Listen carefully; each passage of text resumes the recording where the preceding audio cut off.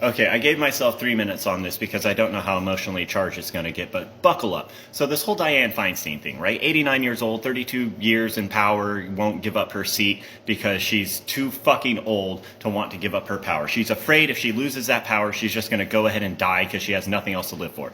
But my question is, how come somebody who has shingles doesn't show up to their job, still gets paid, still lives absolutely luxuriously while everyone else in America is suffering? And we are actually begging the people to govern us, begging them to see us as human beings, to actually see us and give us benefits, food, shelter, water, things that government should be providing. If the government's going to not provide for it, they need to take out all the laws that restrict it and get the fuck out of the way. Now, when it comes down to something like Dianne Feinstein, even Bernie Sanders, love the guy. Why the fuck hasn't he had a younger replacement?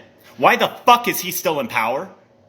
Now, you may say like, oh, this is ageist. No, it's not ageist. It's a medical concern when you start having dementia, when shingles takes you out for years.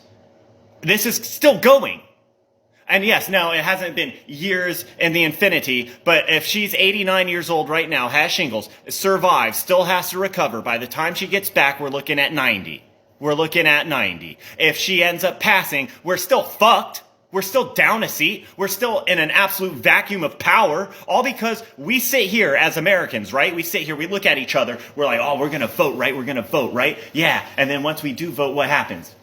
Not a goddamn thing. Accountability's out the fucking window. We don't do a goddamn thing. We keep begging them to pass bills, and then 60% of those bills are going to be passed by corporate lobbyists. We get to put our bills in and beg them, please see us as a human being. Please reform the police. Stop killing us. Can you feed us for fuck's sake? Get Dianne Feinstein out. And you know what? Everyone's like trying to figure out a way. Tell her to retire or fight you. I promise you, anybody walking up there, minus severe physical disabilities or also being of equal age range, is able to take her. Just take the fucking position from people incapable of holding it. Oh, and this brings me on to Biden, who's saying he's going to run again.